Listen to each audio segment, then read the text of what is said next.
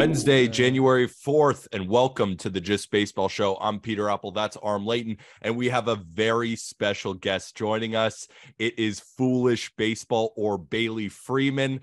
You got to check out his YouTube channel. He is personally one of my favorite baseball creators. I know Arm loves him too. Everyone in the baseball community loves Foolish Baseball. And in this episode, we are doing a snake draft of the best off seasons so far in Major League Baseball. There's a couple more free agents out there, but basically everyone's been signed. Hopefully Brian Reynolds gets traded, but probably not. But that's not what we're talking about today. We're talking about what has been signed.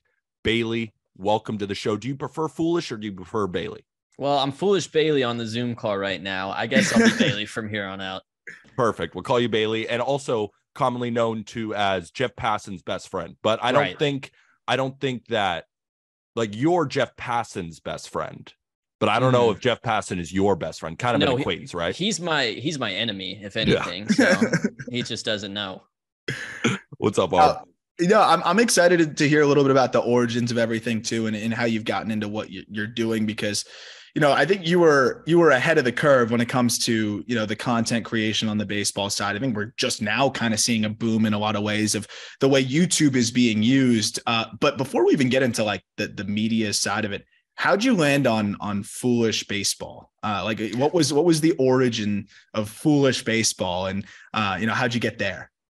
Yeah, I mean, so as far as the name itself, it's a little bit of a play on Keith Law's book Smart Baseball, which I think for a lot of people is probably like close to a foundational text for them if they got into the sabermetric movement around 2016, 2017, 2018. I, of course, started with Moneyball, so I've been in that game for a while. But yeah, it's a play on Keith Law's Smart Baseball. I wanted to create something that was sort of in that vein, but maybe a little bit less like patting myself on the back, and thus the title Foolish Baseball was born. Which say, hey, we're gonna, make analytics, sabermetrics accessible to the YouTube audience, but we're not gonna try to be that smarmy about it. Not to disparage Keith Law in any way. I think his book's great. Yeah, and we Bailey and I met at the winter meetings, and I saw him walking down the hallway, and I had to go say what's up to him because, again, love his content. You have to go check it out on YouTube. The link is in our episode description. If you're listening to this episode, you probably have checked it out, but if you haven't, you must. So we were talking kind of at the winter meetings too about how you kind of started. You have the origin around the name, but what made you think, all right, I'm going to start creating YouTube videos and creating this new type of baseball content? Yeah, well, it was a marriage of two things that I loved, which is I loved, editing video, and I loved baseball, but it wasn't until I was out of college that I really started to combine the two. The channel itself actually launched when I was living in Germany. I lived in Germany for a year after I finished college. And while I was in Germany, I sort of started to miss, America's pastime, among other things. It was a form of homesickness for me. And so while I was there, I started making videos about the video game Out of the Park Baseball, which, I'm sure a lot of people listening have played, but if not, it's basically a baseball GM spreadsheet simulator type game. It's awesome, but it has kind of a steep learning curve. And so I started making little tutorials for that. That's how I kind of got my initial audience of baseball nerds. And then from there, I kind of shifted the content, and I started to make the video essay baseball bits type of content you see still on my channel today.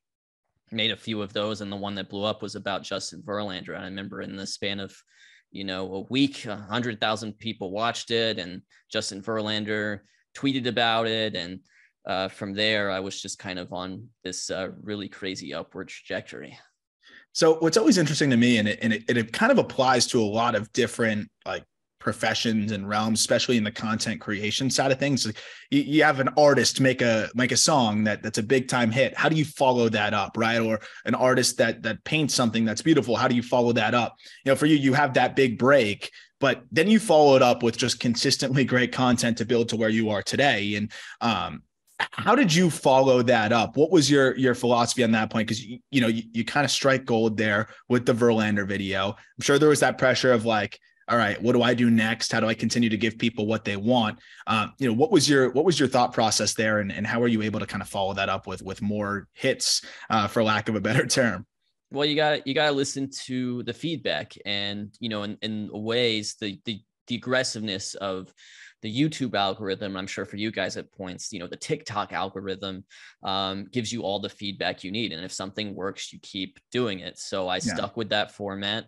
And I think as far as like just, continuing to produce video like that, there were a few realizations along the way. One was that I am a better, I'm better off suited as a presenter and an entertainer than I am a serious baseball analyst. So, at certain points I was like, okay, well, this is supposed to, people are being informed by this, but it's entertainment first. And so you sort of make these discoveries about what your content really means along the way. And so, once you get that feedback, though, once you get that first hit, you got to keep, following it up with similar stuff, but at least different enough that people aren't like, well, I've already seen this one before. Yeah. Comment sections on social media are a beautiful thing, aren't they? Especially on TikTok. And I know you on YouTube, like you got to weed through all of the your ass comments and you don't know what you're talking about comments, because there is some constructive criticism in there. Like some people genuinely enjoy your content and want to leave tips or things that they want to see. Most do. It's just the hate's louder, I think. Yeah, the hate is louder. And on this episode, we are snake drafting best off seasons. So I'm sure the comment sections are going to go wild on this one. So we'll go around the horn instead of 1, 2, 3, then back to 1. So the third overall pick doesn't get screwed the entire time. We'll give Foolish Baseball the number 1 pick. Aram, you could have the number 2 pick, all of the number 3rd, and then I'll go back around with number 4. And we are now kind of ranking or choosing the best offseason in our mind. And remember, we haven't talked about this pre-record. We don't know who's going to pick. People judge off seasons differently. We all have different opinions of how each off season went. Do we like a certain player more than maybe someone else? And we'll have to decide and debate. And that's what's going to make this episode fun, because we thought at the beginning, well, should we just do our top 5? But then we're all just going to keep butting heads. It might be fun to talk about the 9th best off season, maybe the Bs of the world. So Bailey, Foolish Baseball, your best off season, the number 1 pick. It's chalky as can be, but it's the New York Mets. And the curious thing about the Mets is with this Correa thing up in the air. If they don't get Correa, then you could argue that this offseason was kind of a lateral move for them. But a lateral move is huge for them, because coming into this offseason, they were in like a really dire situation, actually, in terms of players becoming free agents. They had gone toe-to-toe with the Braves for the division. They lost, and then they got knocked out in the playoffs. So they needed to keep pace with the top of the National League, and it looked like they weren't going to be able to do that. But instead, Steve Cohen realized that money is fake. It's a social construct. Yep. And he just went and just signed everybody. Everyone got either extended, like, Nemo, for example, or adequately replaced. You lose DeGrom, but you get Verlander. You lose Bassett, but you get, Kodai Senga. So right now they're in a situation to be just as good, if not better than last year, which quite frankly is a miracle considering the situation they're coming into a few months ago. If they get Correa, that will be just the absolute cherry on top. And just fill in slight gaps, like you said, they replaced Taijuan Walker with Jose Quintana. They traded for Brooks Raley, got back Edwin Diaz, Adam Ottavino. They spent the most money and they got all the good players. And now they're going to have a payroll that breaks every single rule book. And now they have to create new rules for Steve Cohen, and he only breaks his own rules. Aram, the Mets had to be the number 1 choice, right? Yeah, I mean, it's one of those where, I think we're going to give the Yankees some credit too, even though you could argue in a lot of ways. And they put themselves over the top with other moves. We'll talk about that. But a lot of it was just being able to retain what you have. And that's really hard in a game where if you can't do the magical Alex Anthopoulos pre-arb deals, it's really hard in an open market to get your guys back. And if money doesn't matter, I absolutely think it was a great offseason for the Mets. And I think they, probably got better with or without Correa, given what they're going to get or what they're replacing versus what they got from DeGrom last year and what they're probably going to get from Verlander this coming season, given that he threw 175 innings last year. Yeah, they're the number 1 offseason, and we aren't even totally sure on Carlos Correa. Yeah. And we'll continue to update you guys on the Just Baseball show on justbaseball.com about the whole Correa saga. But as currently, we have no idea. There is not a lot of information that's come out. We're just kind of waiting. And we're also in this weird time through the holidays where even if something was going to come out, no one's working. Everyone's just having holidays with their family. Number 2 pick. Number 2 is, kind of to build off of what Bailey said here is another team that kind of made money seem fake, and it's the Texas Rangers, right? I mean, Jacob deGrom, really risky signing, 5 years, $185 million. Not my money. Don't care. It's still Jacob deGrom. So whenever you're able to add a Jacob deGrom, whenever you're able to add, all of the other guys that they added to the fold here, I think their rotation and I thought Bailey actually had a great tweet about this. Widest variance potentially, but if they get to their 80th, 90th percentile outcome, this could be the best rotation in baseball. For the Texas Rangers to be in that position, given where they were at pitching wise last year, I mean, that is a far cry from where they were at. And, even to get Martin Perez back on a 1-year deal, to get Nathan Eovaldi in the fold there, the offense, I'm interested to see how it all comes together. A lot still on the shoulders of youngsters like Josh Young and some other young guys. But I think Heaney was one of the more underrated signings of this offseason. So it wasn't just throwing money left and right. Like they did it in some spots, but I thought 2 years, $25 million for Heaney was pretty smart and a good use of funds. So I thought they balanced the exorbitant spending with also some strategic ads. And I really like where this team is at as they, combine spending with building a sustainably good farm. Bailey, this Texas Rangers team is really hard to read. What's your outlook on them for 2023? I feel pretty good about them. I feel like they'll definitely be in the mix for a playoff spot come September, which I think is ultimately their goal. Mm-hmm. I mentioned it earlier on Twitter, but coming into the opening series last year, Dane Dunning was their number 2 starter. Now he's in that 6-7 range. And I think you can learn a lot about how good a team actually is just by judging purely off who's their 6th or 7th best starting pitcher. As far as the lineup, it has potential. There are some really iffy spots there. I'm excited about Simeon and Seager year 2. I think they have a very good chance to do significantly better than they did in their first years with the Rangers.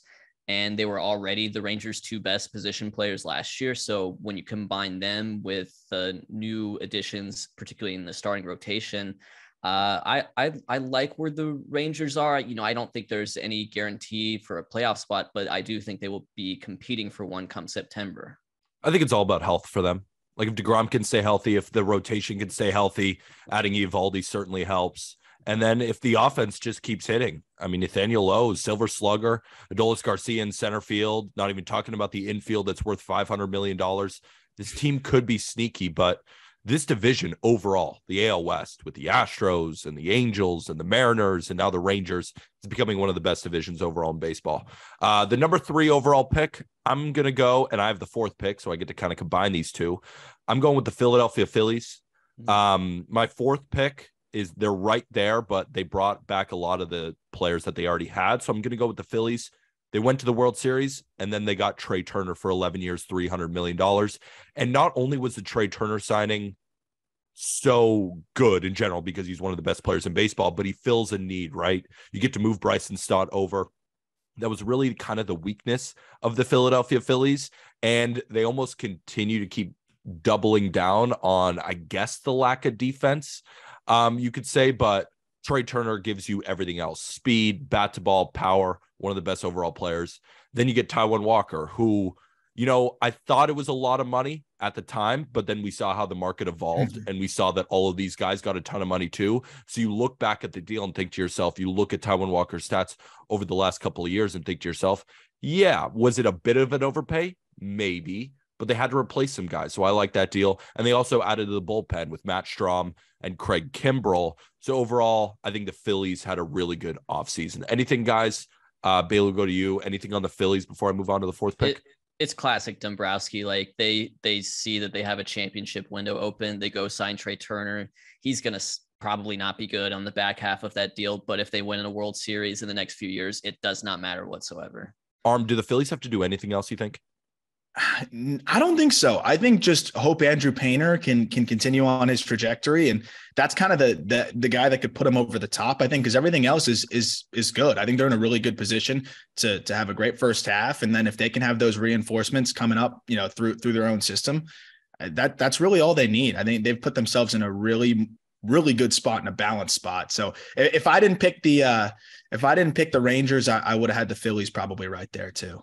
Yeah, I think we're going chalk. I think I would have gone Mets 1, Rangers 2, Phillies 3, and then number 4, I'm going to go with the New York Yankees. You get Aaron Judge for 9 years, $360 million after an historic season. And you got to go check out Bailey's video on YouTube. I just finished it up. The year of the Judge baseball bits. Got to go check that out on Bailey's YouTube channel. Aaron Judge, you had to sign him. Carlos Rodon, though, you didn't have to sign him because the rotation was already really strong. But signing Carlos Rodon, I think, gives the Yankees the best rotation in baseball. You have Nestor Cortez Jr., you have Garrett Cole, you have Luis Severino, you have Frankie Montas, who was dealing with that shoulder problem, didn't have a great first couple of months with the Yankees, but I do think he's going to rebound.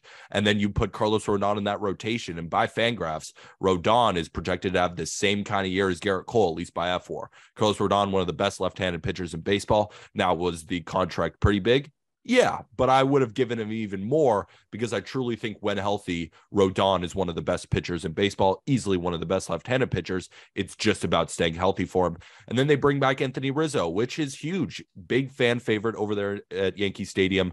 And he's still one of the better first basemen in baseball, especially with banning the shift and those leadership qualities. And then you get Tommy Kahnle in the bullpen, who is a great bounce back candidate, again, staying healthy. And it's hard not to call the Yankees, if not the Astros, the prohibitive favorites to come out of the American League.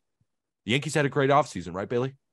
Totally agree. And you said it yourself, they project to be probably the best rotation in baseball. It's kind of them and the Mets in a 1A, 1B, and then the Rangers could be up there for sure. But yeah, I think just that, they extend Judge. They kind of had to. They were kind of backed into that corner, and they did it. And if they hadn't done it, as I said in my year of the Judge video, they wouldn't be the New York Yankees. And then they get Carlos Rodon on top of that. So I think it was a great offseason. I actually had them third on my board ahead of the Phillies. I stole them. I kind of picked both of them, so it doesn't really count, right? Yeah. I'm stuck. I'm stuck here because there's two teams that I was, kind of back and forth between. But ultimately, I think I'm going to go with the Blue Jays because I think the Blue Jays made a sneaky move that there are a couple. Well, first of all, Chris Bassett. I know it's not the sexiest move in the world. I know we're probably expecting him to take a little bit of a step back, but they really needed an insurance policy. I think they just needed a reliable guy in that rotation. And let's be real, Bassett was better than Barrios by a good margin last year. And if Barrios struggles again, they need Bassett. Everybody was better than you and I were better than him too. But the point being, they need somebody else that they can trust. That rotation, there wasn't much trust beyond the front two guys. And then sure, what we talked about it along in the podcast, Moreno, you were never going to get the exact value for a Gabriel Moreno, a top 10 prospect in baseball, a catcher with a plus hit tool, but. To go get an outfielder who had 27 home runs, one of the best defenders in the game in the outfield this past season, who can also catch and be that third catcher for you, and is under control for a handful of years. I really do feel like on top of just adding Kevin Kiermaier, which I know is not the biggest move in the world, but you know what really kind of helps solidify this defensive outfield and take some of the pressure off of Springer, who can now DH a little bit and try to stay healthy. This could be one of the better defensive outfields in baseball. They got that left-handed bat they needed. They got another left-handed bat that's okay in Kevin Kiermaier. They got the pitcher.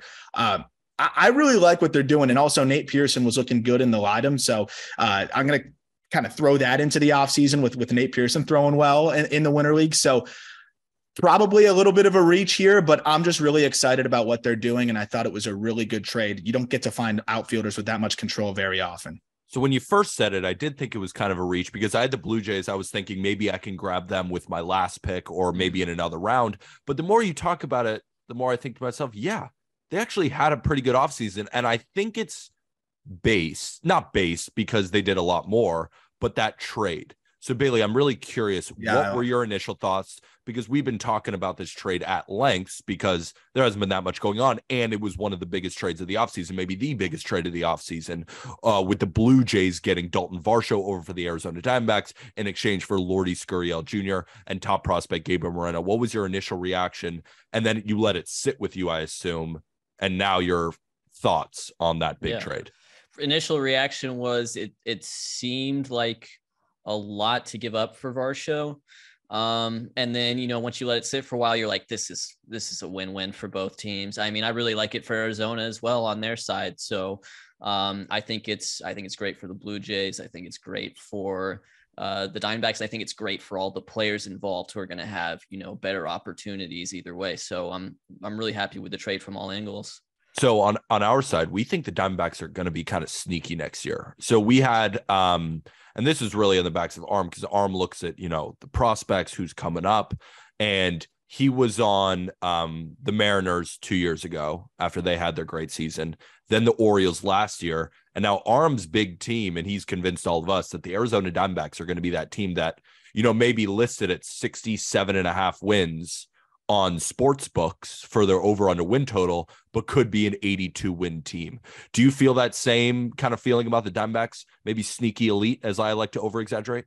Absolutely. Like 100%. I'm right there with you. It does come down to kind of back end of the rotation. They have talented arms like Trey Jameson, Ryan Nelson. These aren't name brand players. They're not really established in the big leagues yet, but they are talented and they can be good. I just think full season of Corbin Carroll and McCarthy, that's going to be a big boost for them. And I'm really, really excited for Brandon Pfaadt, who I think doesn't get enough love because he's pitching in the PCL, but you look at what he has, 4 pitches, can strike guys out. He's the kind of guy that I think gets overlooked with the high 3s PCL ERA, then goes up to the big leagues and maybe improves his ERA. One of those rare cases. So I agree with you, man. I think the rotation, the back end's a big question, but they got some options there if one of them falters, which is why I'm all in on the D-backs. I grew up a Marlins fan, by the way, Bailey. So I'm out and beat up from that as a kid. So I'm all in on the D-backs this year. Bailey, did the Marlins getting Gene Segura make your 6th best offseason, or are you going a different way? Yeah, I think I had that as my 26th best offseason, maybe. Not bad. Not 30th, Arm. No. I'll take it. 6th pick, Bailey. Okay. I'm going to go with, I don't know if this is a hot take at all. I'm going to go with San Diego Padres because they signed a player named Xander Bogaerts. I think Xander Bogaerts is just amazing. I think he's so consistent. I like signing him to the long-term deal because the bat is going to hold and they're going to be able to move him around to different positions as he ages. And I think he will just generally age more gracefully than some of these other shortstops we've seen signed to, 10 plus year deals. They have question marks for sure. They haven't really addressed the catcher position at all, but this is one of those, don't overthink it. They signed Xander Bogaerts. They'll figure out how to align the infield later when Tatis gets back. They just added an amazing baseball player, and that's why I go with the Padres. Also like the Nick Martinez extension. I like him. Yeah, they also got guys like Seth Lugo. My only thing is what sort of moved the Padres down for me. I might have even gone them with the 5th pick. But they were around this range. 5 years for Robert Suarez, Bailey.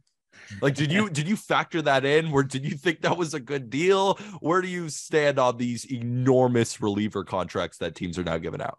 Yeah, I mean, I think it's one of the biggest reliever contracts ever given out. I think if you look at the leaderboards, I don't mind it. It's a little bit iffy for me, but yeah, that was one that definitely gave me pause when it first came across the ticker when I was watching MLB Network. Yeah, I was between the Padres and the Blue Jays, and kind of making that pick, but ultimately just looking at the outfield situation. I think they're the must pick where you just took them, Bailey, but the outfield situation is kind of what did me in too, because Grisham had that magical little Mets series there, but other than that, it was a really rough year.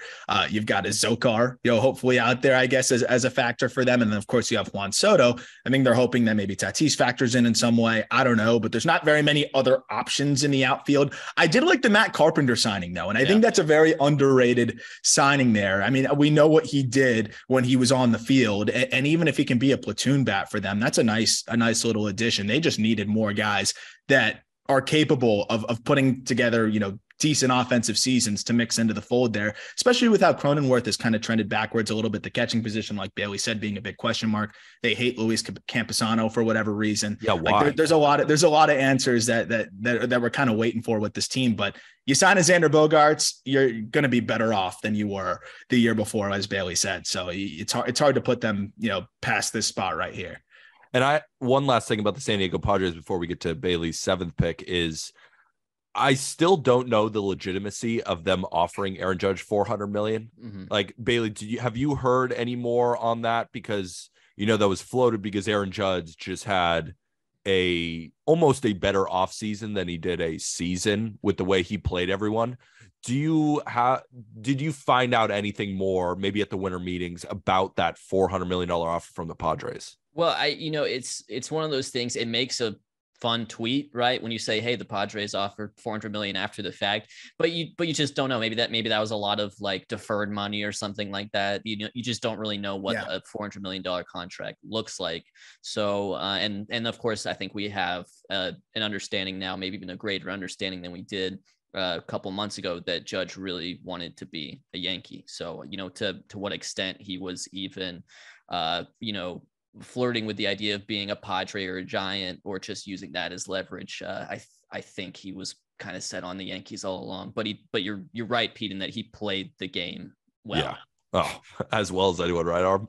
Oh man, it was brilliant. We kind of had a feeling, but I feel like all of us, like, we all kind of expected him to never leave the Yankees, but then he just was able to tease it just enough where we're like, whoa, wait a second here. And I teased our guy John Heyman just a little bit enough too.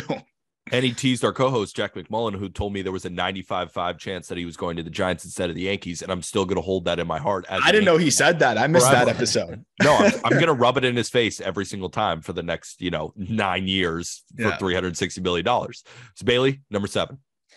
Yeah. So first of all, I don't know how fair it is that I'm getting 1, 6, and 7 here, but welcome to the show. Yeah, I really we treat our guests well. Yeah.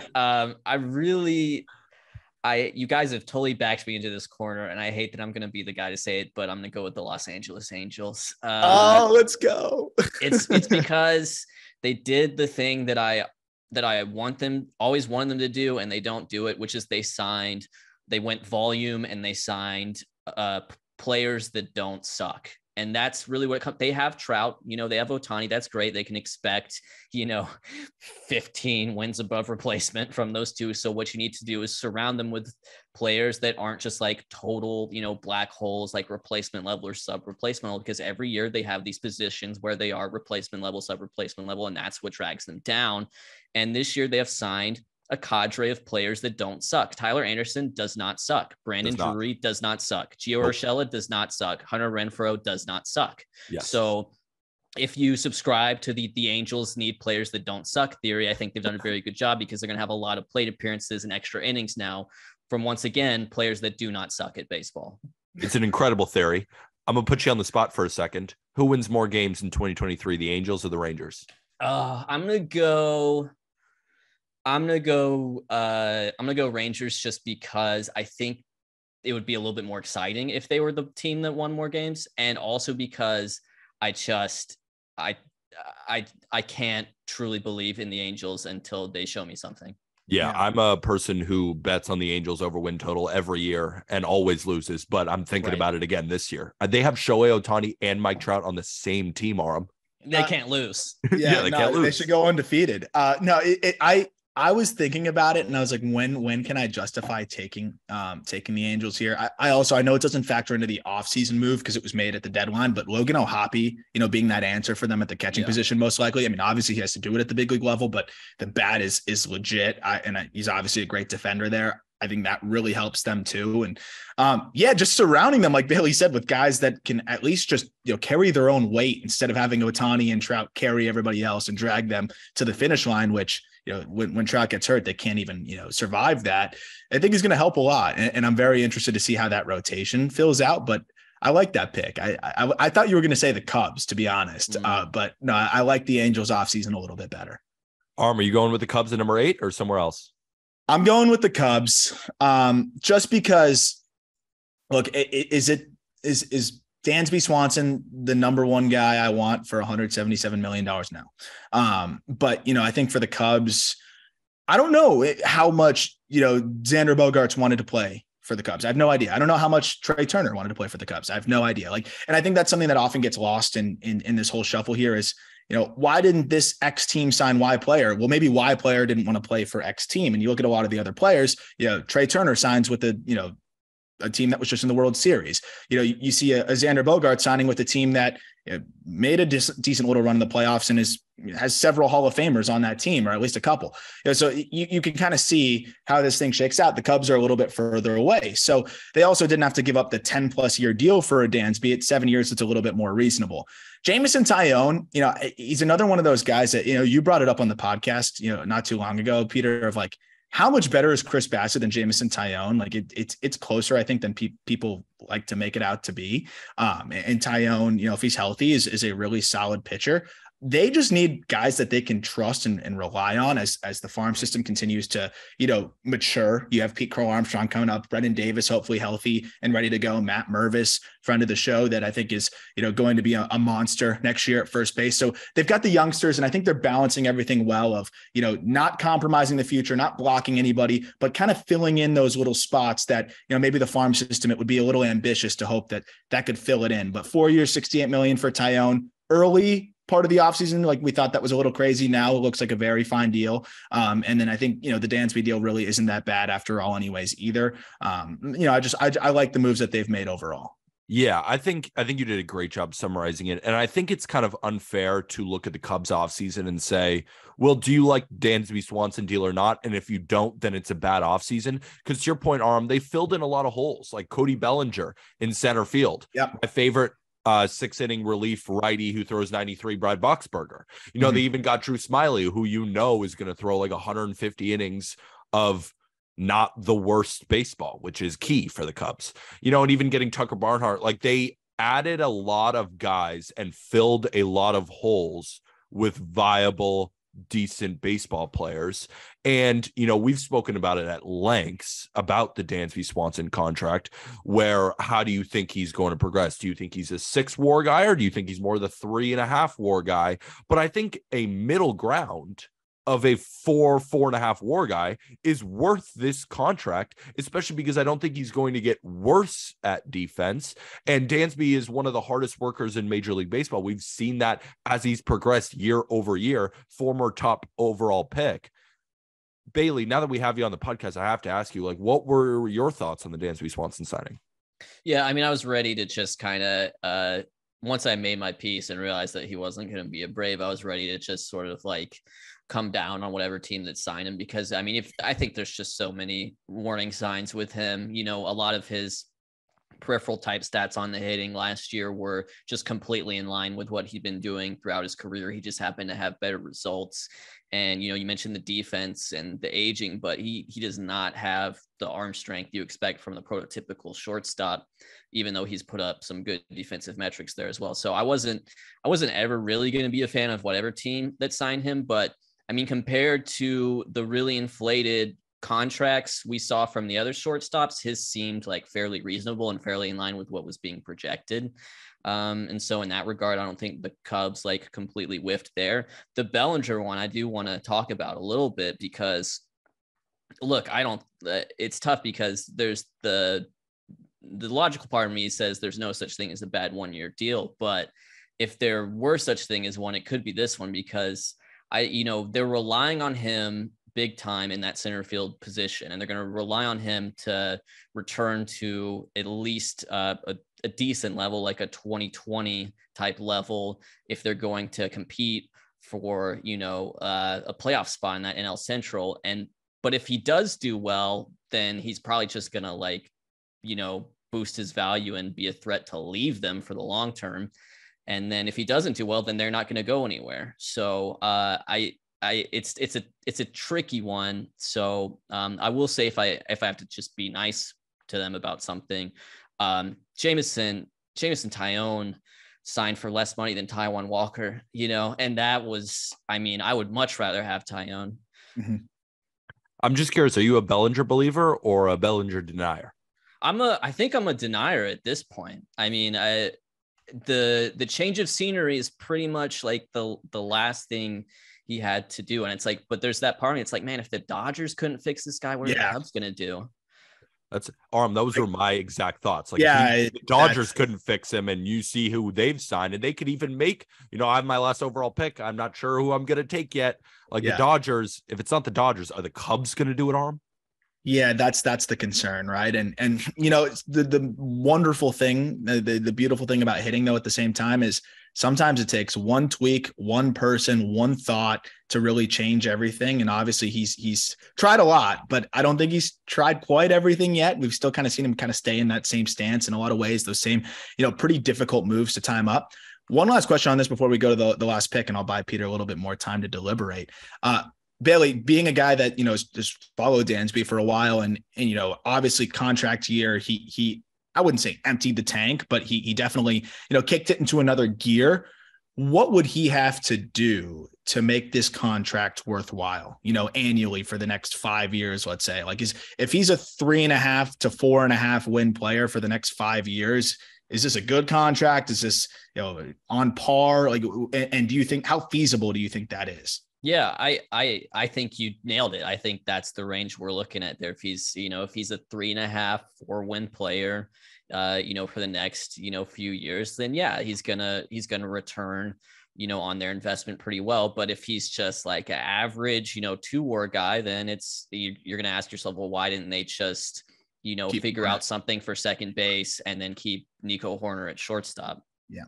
I am a believer of Dansby. I think he's a 4-war player, at least for the next 3 or 4 years. I think that contract, it's not going to age beautifully, but I think it ages well than the general public might think, I think, at this current moment. So for my last pick, there's a lot of different decisions. And after I make this pick, I'd like to deliberate on some teams that just missed the cut. But I'm going to go with the Seattle Mariners for the last pick. They weren't shiny, but I think they filled a lot of holes that could make the Mariners go from a, not a first round exit because they beat the Blue Jays, but a team that just needed a couple more guys in order to finally get to the upper echelon. They traded from a strength. They traded Eric Swanson and a minor league prospect for Teoscar Hernandez. They needed some more pop in the lineup. And Teoscar, say what you want about the glove, but the bat, I mean, this guy rakes. Then you trade Winker and Abraham Toro away. And what did you need? You needed a second baseman, and you get one of the best slick fielding second basemen who can still hit a little bit in Colton Wong. You got Trevor Gott, I guess, in free agency, added to the bullpen, who was a fine reliever for the Brewers, but they have so much strength there. And then you move off Kyle Lewis for Cooper Hummel. And I think Aram and I, we've talked about this at length with Jack as well, that this is the Jared Kelenic year. That if Jared Kelenic can be that big piece that everyone always hoped, that this team could be a real contender to get out of the American League. Astros go maybe down a peg losing Verlander. I know they signed Jose Abreu. They're probably a team we're going to talk about, what the teams that just missed, but they can kind of compete with anybody after these moves as they filled in the holes that they had. They didn't have many, but they filled them. Bailey, I want to go with you then to Aram. Would the Mariners have been the final pick here for you?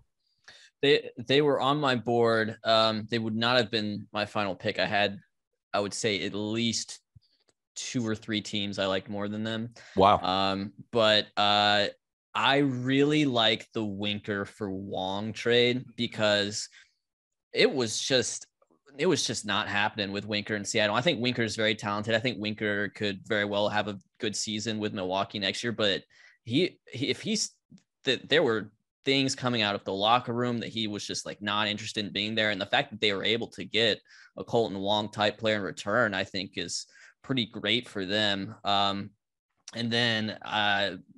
the other part of me is just, the way their team's set up right now, they're absolutely going to give Jared Kelenic like a crack at being an everyday player for, hopefully one of the better teams in the American League. But if anyone's familiar with my work on my second channel, Foolish Bailey, they will know that I am a Jared Kelenic #1 like doubter. So, if in that regard, I don't know if Cooper Hummel, who they acquired from the Diamondbacks, represents an attractive alternative or not. But at least they have somewhat of a contingency plan for Kelenic, as they have had in years past. Aram, what do you think? Would you have chosen the Mariners there? I think they're definitely one of the final teams. I think they're right there. I would have been deliberating between them and a couple more, and I'm excited to see what everybody else had. But I like it because, again, if you're able to turn a reliever and you're an organization that just seems to have so much success with that, and you have some other guys coming up through the system that could potentially be impact relievers, you've still got the 8th and the 9th inning pretty much accounted for. You can turn a reliever into arguably a guy that could be one of your better middle of the order bats next year. I think that's a no brainer. And then, piggybacking off of what you both said with, swapping Winker into somebody like Colton Wong, which, again, the reports about Winker and it all kind of backed up with what you saw from kind of the defense in the outfield, which has always been bad, but it was even worse. You just didn't really see him hitting the ball nearly as hard. It just didn't seem like it was ever going to happen in Seattle. And Wong fits exactly what they need. I think this team is a lot more balanced now, and I'm really excited to see how they use Matt Brash. But I think that there's a kind of a need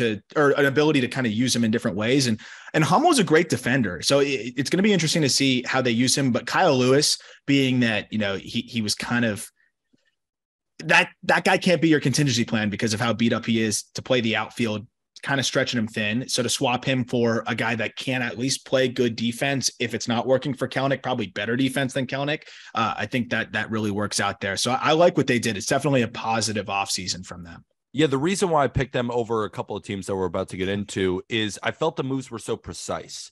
Like the Mariners know who they are. They know what their weaknesses was. They knew Winker was a weakness. They knew they had so many bullpen arms so they could trade from that level of strength in the bullpen, and they made the exact moves that they needed. They needed a second baseman. They got Colton Wong. They needed a big slugger in the outfield. They got Teoscar Hernandez. Like they just did everything that they needed to do, and all of the moves that they did made them better. So I'll start with the just miss. Like, for example, why I was deliberating between the Mariners and my just miss, which was the San Francisco Giants, is I felt the Giants, while they may have signed and acquired better players, or at least a more extensive list of players. So if we're just looking in a vacuum of who had a better offseason, of who acquired more WAR, the Giants would lead them. But also, what is the Giants' direction after not getting Aaron Judge, not getting Carlos Correa? But they did sign Conforto. They signed Haniger, Jock Peterson, Taylor Rogers, Sean Manaea, Ross Stripling. Those are better players and a more extensive list, but is that truly a better off season? That's why the Giants just missed for me. I'm curious, Bailey, would you have chosen the Giants over the Mariners? It's all about how you view off seasons, right? Yeah, I would have had him around the same tier. It was a very Giantsy Farhan off season in the end, where he made a couple, middling smart moves that'll make the team better, but at some point you just want to see that Correa type or that Judge type signing for them, and it hasn't happened yet. And I think that's becoming frustrating for Giants fans. I agree. Who's your just missed? Yeah, and I think it's important to not pit that unfortunate circumstance of Correa and Judge against the Giants, right? Like, because if that doesn't happen, we're looking at this as they added pretty good players. And yeah. I'm a big fan of Mitch Haniger. I liked the Haniger signing. I think he's a candidate to kind of outperform what you got him for. If he doesn't, you're not going to get burned on that 3-year deal. So I probably would have had the Giants as my next best team, or the Astros, because what I really like about what the Astros did is, look, they didn't need to solve world peace. This is one of the best teams. This is the best team in baseball, arguably. So, this is a team that, you lose Verlander. That was kind of, expected in some ways, because the way that they operate is usually not paying guys that much in an average annual value. But to bring back Michael Brantley, I think, is an incredibly underrated move. When this guy went down, he was having another Michael Brantley year. You add Jose Abreu, which the reason why they got Jose Abreu, on top of being a good team that I think he wanted to be a part of, is they were willing to kind of overpay, quote unquote. And they used that Verlander money that they saved, I think, to overpay for Abreu, and to add that kind of production and also that kind of leadership to that position. Their offense is going to be an absolute force, which it already is. Now it's going to be even more of a force. They retain Montero. They make some other small moves between the margins, but I loved retaining Michael Brantley. He was one of my favorite underrated targets. And then to combine that with Abreu, this team, they didn't need to do much. And I think, aside from Verlander, I think they got better in a lot of ways. Bailey, you give Arm a big thumbs up when you said the Astros. Were they on your just missed? Oh, yeah, totally. I mean, I thought I was going to pick him in this draft for sure, just because I really like Abreu. And if there was any team that could afford to lose Justin Verlander, it was probably the Astros. Yeah. Framber, Javier, You go down the line, McCullers, Hunter Brown, who might be our pick for rookie of the year. This team, I'm talking about the Yankees might be the prohibitive favorites, the team that they still have to get through, the team that won the World Series, the team that has dominated, it seems like, every season for the last half decade is still the Houston Astros. And even though they lost Verlander, they might be even better next year. Bailey, last just missed team. It's kind of the same logic that drove me to draft the San Diego Padres in the first place. This is they made one move and it was a good move, and that's about it this offseason. And that's the St. Louis Cardinals. The St. Louis Cardinals, by moving on from late career Yadier Molina to Wilson Contreras, that is a massive upgrade. That's one of the biggest positional upgrades you could expect to see in any given offseason for any given team. And to get him for 5 years, $88 million in this market seems very reasonable. He's coming off what was maybe his best offensive season in the big leagues yet. And you're looking at, with the catcher position being what it is, like they needed another good bat in there, because you saw them kind of get exposed at times in the playoffs with, Molina taking, important at bats with runners on base when he's just not a good offensive presence for them anymore. And we don't know what the catcher position is going to look like at the end of Wilson Contreras' contract. There may be robo-umps for all we know. And if not, he has the bat to occupy a DH spot as well. So I really like the signing of Wilson Contreras. They haven't really lost anybody. They got Wainwright back on another 1-year deal, so he's going to be pitching till he's 50. And so I think just, you're talking about a team that won their division and then made one move that made them obviously better. So I go Cardinals. And I was going to say one of my favorite Rule 5 picks in a long time was Wilking Rodriguez, who throws 101 and hasn't pitched in affiliated baseball since we were in high school. Yeah. But I just had to plug that one in there because he's a crazy story and absolutely nasty. And I'm telling you, I think that's going to be the next Cardinals spawn freak reliever in the back end that throws fuzz with a nasty breaking ball. So look out for Wilking Rodriguez, who was signed by the Yankees, did not throw one pitch for them, and got taken away in the Rule 5 draft. So I thought that was a cool move. It is crazy that 101 from Rodriguez is going to be moderately slow in that bullpen with Helsley and Jordan Hicks and that slew of flamethrowers. The only reason I get annoyed with the St. Louis Cardinals, because to your point, they did add in a position of need there at catcher, but I would argue that the rotation needs to be dealt with. Could they trade for Tyler Glasnow from the Rays? Could they trade for Pablo Lopez? Could they pick up the damn phone? Can John Mozeliak stop being chicken shit? I've said that before. Grow up. Go get a starting pitcher. You need a starting pitcher, especially after losing Jose Quintana. I liked when they went to go get Jamont, but a rotation right now of Waino, Michaelis, Jamont, and then Flaherty, and then Matz. They'll win the division because the NL Central is not a good division. But will they compete for a World Series if they don't add a big time starter? And they didn't get Rodon. So if they don't pick up the phone and trade where they could right now, they have Nolan Gorman, they have Alec Burleson, they have so many offensive prospects. Trade, and then Arm, I think, summed it up best. Trade anyone but Jordan Walker. Go get that big time starting pitcher. Did that factor into the just missed? Maybe why they didn't make the snake draft for you, Bailey? Yeah, definitely. I mean, that you summed it up beautifully. They have this really unique position where they can go and get someone, and it's shit or get off the pot, basically. Yeah. Figure it out, Cardinals. But this was an awesome episode. Bailey, we have to thank you for joining the Just Baseball Show. Again, if you haven't checked out Foolish Baseball or Foolish Bailey on YouTube, the link is in the episode description. Bailey, I know we've been plugging your YouTube, but feel free to plug anything before we go. Greatly appreciate you coming on. Hey, thanks for having me on. Also follow me on Twitter at FoolishBB. We'll put that in the episode description as well. Arm, anything else before we go? No, man, I appreciate it. Looking forward to more of the plays on words with names. I'm waiting for more of those, but I'm always a big fan of that. But appreciate you taking the time, brother, and looking forward to connecting again soon.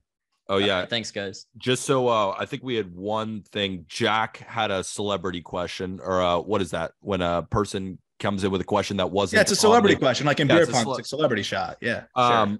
identify which play on a guy's name sexually is his favorite. Tearing up her Vavra till she owes is my goat. Yeah, I mean that's the one I had to delete. I'm gonna go. That's what that means. It's the best. Yeah, I'm gonna go with. I'm gonna go with the classic. What's a good one? Oh, I'm gonna go. Oh, I got it. Call her Lars the way she nude on my bar. It's gotta be the best one. That was a good one. Yeah. That's what you're missing on Foolish Bailey's Twitter. Go follow that. That's in the episode description, the YouTube as well. But Bailey, thanks again for jumping on, and we'll see you later. Thanks.